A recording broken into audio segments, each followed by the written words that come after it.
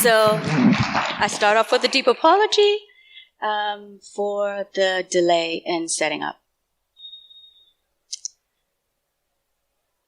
So, good.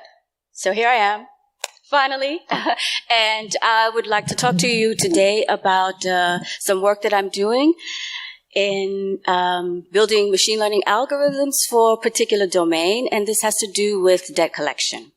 So in case I run out of time, I don't get to the end of the presentation, here's the message that basically humans are determining the amount of money that we offer as discounts to people who owe debt. Humans are biased. Machine learning algorithms learn the bias very nicely, in fact, but machines can be trained to be unbiased, and so you should all be doing bias analysis in your work. Okay?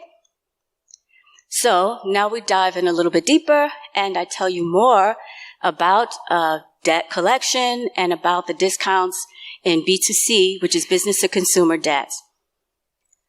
So, where I work, basically we have many customers who buy quality goods and services from Auto.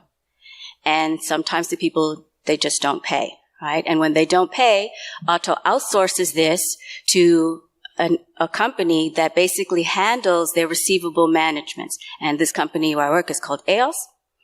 And at EOS, we have many experts who actually sit together and decide what is the best strategy in order to recover the debt that the person owes. However, sometimes people still don't pay.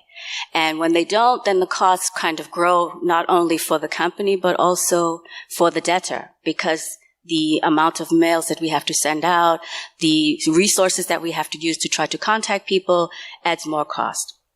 So what we do is that we try to offer an incentive for people to pay, which is based on a discount. And basically, a discount essentially says you don't have to pay everything that you owe. You can only pay a portion of that. And it's nice for the person because they pay less. It's not so nice for the business because essentially, well, the business just has to take a loss. So what does our current solution look like? Oh, sorry for the typo. What does the current solution look like for debt? Offering discounts? Well, here's one example where we look at the total number of outgoing letters that we send per month. And if you notice, there's some cyclical pattern there. So there's some strategy that happens on a regular basis where we increase the number of discounts that we offer. And if you're really paying attention to me, there's a little dot at the bottom of the screen. And can anybody guess what time of the year that is? Christmas, exactly. So nothing happens at Christmas. Here's another typical pattern we see from 2015 to 2019, the percentage of the discounts that we offer, and well, it's kind of steadily been declining. And then right in the last 2 years, it just kind of fluctuates again in this cyclical pattern. So there's some rationale that is going on where we increase the number of discounts and then we drop down. But in any case, there's some limitations to all of that. And right now, the discounts are offered in what we call a one-size-fits-all pattern. So basically, there is no individualized discount. It's basically, here's a pile that belongs to a certain client, and we'll offer discount X, Y, and Z for this kind of client. So there's no specialization there. It's just everybody gets, one big discount for whatever reason at some particular season. It's mostly driven by intuition, so human beings are the ones that are deciding this discount. It's not optimized in any way for the individual or for the business, so we can't tweak it or tune it. Essentially, it's just not model-driven. So what we'd like to do is to create a model that would allow us to decide how to offer the discounts, when to offer the discounts, to decide what is an acceptable factor of loss, to whom we offer these discounts, and to support some kind of testing so that we can improve and have the best strategy. And well, we call this Nachlasssteuerung, and I put the little German symbol there because it's like such a cool word to capture all of this in two words. So if we have a bird's eye view of how things work, At the bottom, we have our data technologies component or department, where we have a set of archives, and these archives are all of the documents that we ever send to all of the customers. And it just sits there in one huge database. And I bring it up only because at the start of this project, I had no idea that that archive existed, and a lot of other people didn't. So when you work in a legacy environment, sometimes the right hand has no idea what the left hand is doing. But we were lucky enough to drag this archive in and tie it in with our data warehouse. And luckily, in our data warehouse, we have a view that supports model building and analytics. So we finally connected that link. On top of that, we have the data science operations. My colleague is sitting here too, so that was nice support, where we have pipelines to build models and try to automate our legacy system by building different machine learning solutions. And then on top of all that, they're the human beings, right? They're the operators and the experts who are doing debt collection. They have the expertise, 30 years of experience, working cases, and so we rely upon their knowledge to help us when we build our models. So what I'm going to focus on is the data science operations part, and to dive into the model building and then take a look at the bias. So in this case study, it was kind of funny because we had to build a ground truth, and we wanted to build a ground truth to see how we could offer the discount. Well, in our system, we had absolutely no place in any database where we had a record of the discount that we offered them. So what we actually had to do was to go to the archive and to pull out all the letters that we sent to every single customer for the past 5 years. And then from this, I was able to get the ground truth. So it was funny, but that's how it is sometimes, right? So when I was able to get to the PDF, we could extract the date of the letter. I could extract the current balance, the settlement amount, the deadline for the settlement, the installment amount, and the deadline for the installment, and then some account-specific information. So essentially, when the letter goes out, you're offered a discount to close out the entire debt, or if you cannot pay the entire amount, then you're offered an installment plan. So these two components are part of the letter, and I extracted both of them. Then, for the text extraction framework, I just wanted to share this with you in case you have to do this. I experiment with a couple of tools. Those PDF to text and Tesseract, and PDF Plumber and PDF Miner.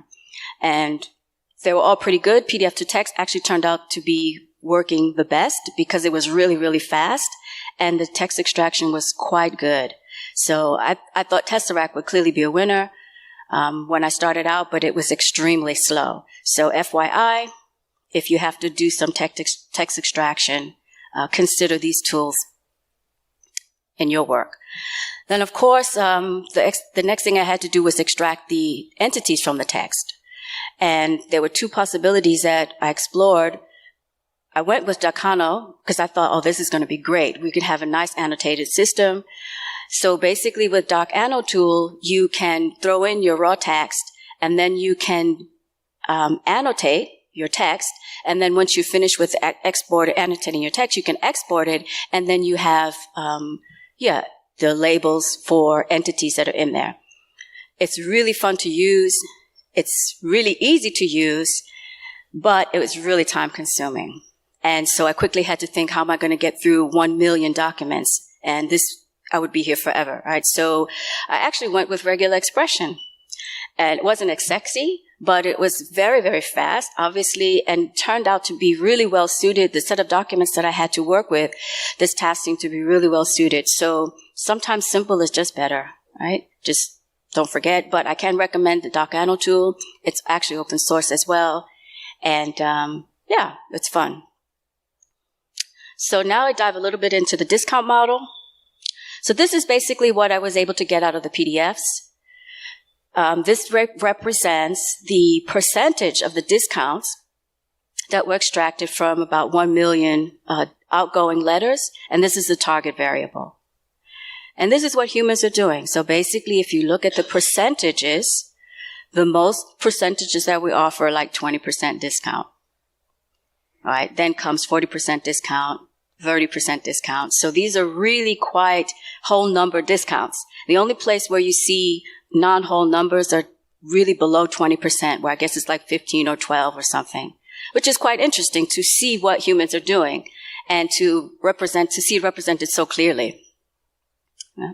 So our goal essentially was to build a regression model where we could automatically learn how the discounts are currently being offered, right? To start where building a model to represent what we currently do, where the target goal is the percentage of the discount. So in summary for the data, I used data from July of 2015 up until July of 2019. As I mentioned, we had a sample size of about 1 million documents.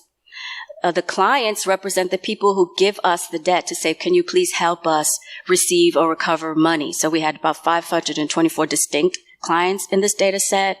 And the individuals or the persons that owe, well, this is a whole lot more. Out of the individuals, I used roughly 474,000 instances to train the model. In total, I had 474,000 instances in total. And then for training, I used a subset, also used a validation set, and then another portion of the data for testing. In total, I had 196 attributes, and the target variable, as I mentioned, was extracted from the PDF, which was the percentage of the discount that was offered to the individual. The types of features that I used was the account type features, which are related to activities that have been done on the account in order to recover money. There's temporal information as well as monetary values, and then individual information about the ability for us to reach them via SMS, the telephone number, and the gender. Do they have a telephone number, yes or no? Are they reachable via SMS, yes or no? And then their gender. So looking at a subset of the numerical variables, we see the correlation among them, which wasn't as bad as I actually thought it would be. So there's some correlating there, but yeah, overall it was kind of okay-ish. I said, okay, let's move forward. And then I used XGBoost. The parameter settings are there. And this is the learning curve to show if I'm overfitting or underfitting. And the mean absolute error is a 4.1. So I felt like this is okay to move forward with, to start the analysis. That basically, if we say we offer a discount of 40%, then the algorithm is off by plus or minus 4, which was okay-ish. So when I asked the model, okay, what features did you think were important? What I was hoping to see was like more interesting variables like gender and more personal information popping up. But it turns out that the gender played absolutely no role in predicting the amount of the discount. So it didn't even show up in the feature importance. XGBoost cuts off if it's 0 importance, and I couldn't even find it in the list. So I thought that was kind of okay then. At least there's no problem there, but is it enough? Well, perhaps not, and this is what the rest of the talk will be about. The case study and the bias assessment where we used AI 360. All right? So the question is, the model is okay, we put it all together, but is it really fair? Right? And there was no gender in there, but there were other variables. So we have a variable that's basically looking at, do we have a title, yes or no? And the title basically gives us the legal right to take the right to take legal action in order to recover the money from the debtor. And when I looked at the graph that we produced from the humans, we see that there are two clumps, right? Where basically at 40 or above, they get a higher discount. Obviously, the discount's 40% off, 50% off. And then there's another group that's clear where there's less than 30%. And so when I dug into the data, I see that if you have a title, means title is yes, then basically you tend to get a higher discount. And it kind of makes sense intuitively that you get a higher discount, the costs are more, because by the time we get the title, we have to pay to get the title. So we end up offering the person a more higher discount because of this flag. But the question is, well, is that fair? Right? Should it be the case that now that we have the title to have the ability to take legal action, that it's only those people that end up getting higher discounts? I didn't really think it was fair, and I wanted to investigate to see, well, what would our algorithm, or could some bias detection algorithm at least give me insight into mitigating this? So before we go any further, the real question is, well, what is bias anyway, right? And essentially it's a systematic error. And the systematic error that is of current concern to us is that privileged groups get an advantage, and unprivileged groups, they are at a disadvantage based on the model that we built. And when we talk about a fairness metric, we get to quantify how biased our model is, and then with the bias mitigation, we actually get to change the bias and go through a procedure where we can reduce that unwanted bias in our system. So this is what I particularly liked about the AI 360 model, because it has several metrics, in fact, to quantify and detect the bias, and then also to mitigate it. So AI 360 is an open source toolkit. It was produced by IBM. And you can detect, as I mentioned, and mitigate the bias that you have in your solutions. I thought it was really fun to use. It's written in Python. It's quite flexible. It's modular. And what is really helpful is that you can apply the tool at 3 different stages in your development. So you can do it before you build your model, throw in your data. You can do it while you're building your model, and you could also do it after you build your model. So hint, hint. The point is that it's easy for us to use it, right? That we shouldn't feel like it interrupts or interferes with our process of building our models and deploying our solutions. What I was really not happy about was that many of the tools that I saw, they're limited support for regression tasks. Right? They're mostly focused on binary classification. So I wasn't happy about that, but I said, okay, let's go for it anyway and try to redesign my problem so that it fits a classification task. And this is what I had to do in the next phase, where there's some terminology that you have to become familiar with when you cast your problem to use the AI 360. So they have a concept called protected attributes. And this protected attribute is simply that attribute that partitions your data set according to fairness and unfairness. And in this case, I took the variable of dummy title. It's a dummy variable that asks whether or not we have a title on the account. So that's the attribute. Typically, it might be something like age or gender, right? That's more sensitive. But as I said, those didn't even show up as part of the feature importance in my model. Then there's a concept of a privilege value. So what is the value of this protected attribute that is giving privilege to that privileged group? So in this case, having the title, having a value of 1 was the privilege value.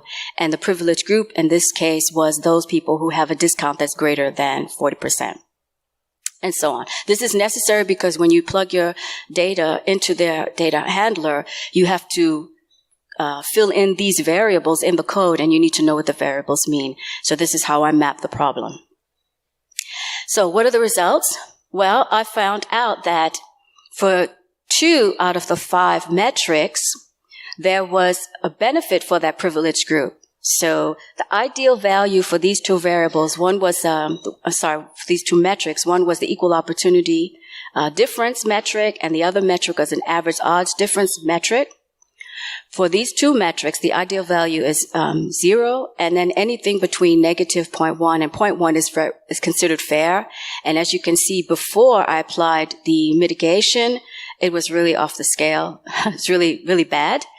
And then after the mitigation, the data was in a better quality to be considered fair. So this essentially means that those people who get a higher discount, we don't only have to offer discounts of 40% or more just because we have a title on that account, right?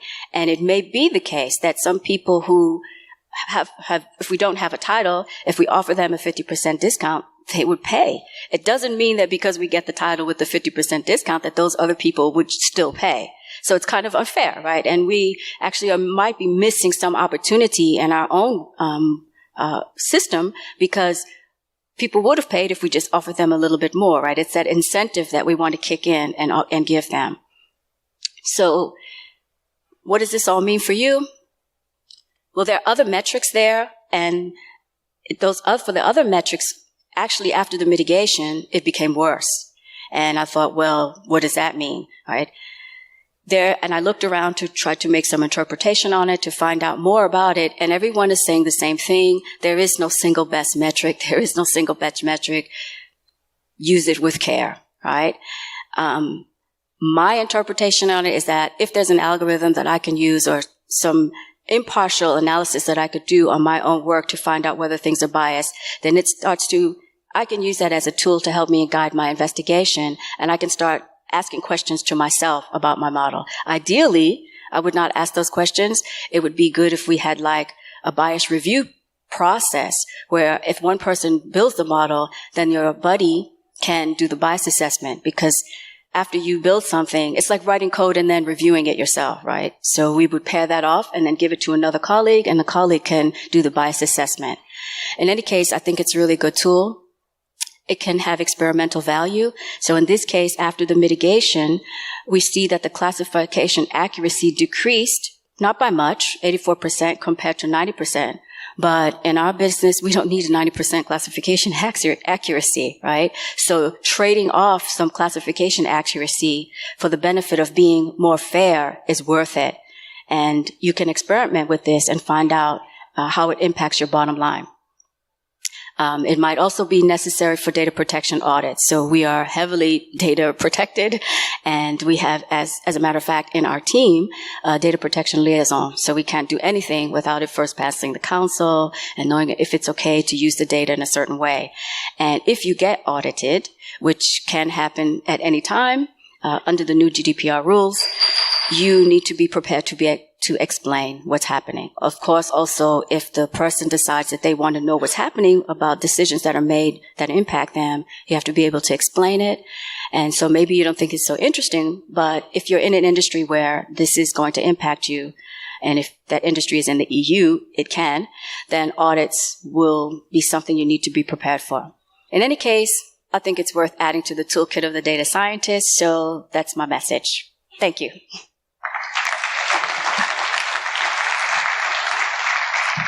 Time for questions. Okay.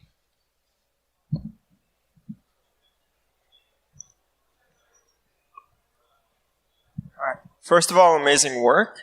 One of the questions I had is that you showed in the beginning of the pipeline the extraction of the features that you use and how you extract them from the text using Decano and using some sort of span extraction model. Did you evaluate whether there's bias in that? Because one of the challenges we see a lot in natural language processing is that the language models themselves have some inherent bias. So you might see, it might be worth evaluating those features and how they're extracted as well, because you might see that across certain ways, whether it's gender or ethnicity or some other ways, it might influence what features are actually being extracted that are later used in your regression model. Yeah, so there was a piece that I left out. So what I actually extracted from the PDF you see here, right? It's the date of the letter, current balance. It's just facts that I extracted from the letters itself. What you didn't see, if I scroll back, so this data warehouse and this analytics view, this is data that we have on the accounts that I had to join essentially with the information that came out of the PDFs. And so in this analytics view, it could be the case that you're saying that there's bias in the data set that we use to train. Is that, if I understand the question correctly?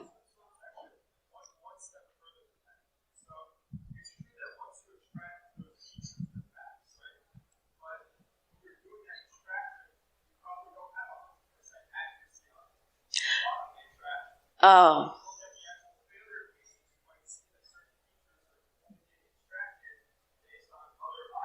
Oh, that's a good point. Okay, yeah, cool. Yeah, what is the accuracy of the extraction? Yeah. Good point. I didn't investigate that, but it's actually a really good point. Because if I made an error, an algorithmic error in the early stages, then this would propagate later. Oh, yeah, that's cool. Thanks for the tip. Yeah. Yes, cool. So great talk. Thanks. I can imagine in general, like if you have a regulator, that's a good motivating sort of thing to keep things fair because you're afraid of the regulator. But I can imagine if you don't have a regulator, you got to sacrifice a little bit of accuracy usually to guarantee a bit of fairness. So you got to sort of have a good way of convincing people around the office that this is a good idea. Do you have any thoughts on that? Because it seems like that's probably the hard part as well. Yeah, this is I wouldn't do it alone, right? It's a good point because sometimes it's hard to convince people that this is important, right? Of course, once we get audited, all of this will become important, right? But it's more important to be proactive. And I've read the GDPR, right? So I'm a little bit more sensitive to the topic, and I'm also kind of have a close relationship with the data governance people. So I would rely upon buddying up with people who actually have the authority to enforce or to educate others and use this as a mechanism or vehicle to get the point out. Yeah. More questions? Okay, so we have a last question. What was the rationale for not using gender or other attributes just because they didn't show up as important in the model? So it didn't show up as important as a feature that was important. So I didn't see that my algorithm was actually using it at all to make a decision. But it might be correlated somehow, and the model might be discriminative towards specific groups, because modeling is one thing, auditing for bias is somehow decoupled, right? Yeah, I totally agree. And so there's also the other issue that some sensitive information I'm not able to use at all, right? So gender was one of them that we could use for the analysis, but if it's not showing up, I didn't know how to include it in the analysis, to be quite honest. Right. Okay. So in terms of the feature importance, right, it had zero importance. Yeah. The point is on, these metrics like equality of opportunity or equality, equalized odds. You need to define the protected attributes, and you can still use attributes that were not used to train the model. Oh, okay. Okay, this I didn't try. I just used only those attributes that I used in training the model. Okay, thanks for the tip. Okay. Yeah, okay, thanks. Okay, I think we are over time. Thank you so much for the help, and applause.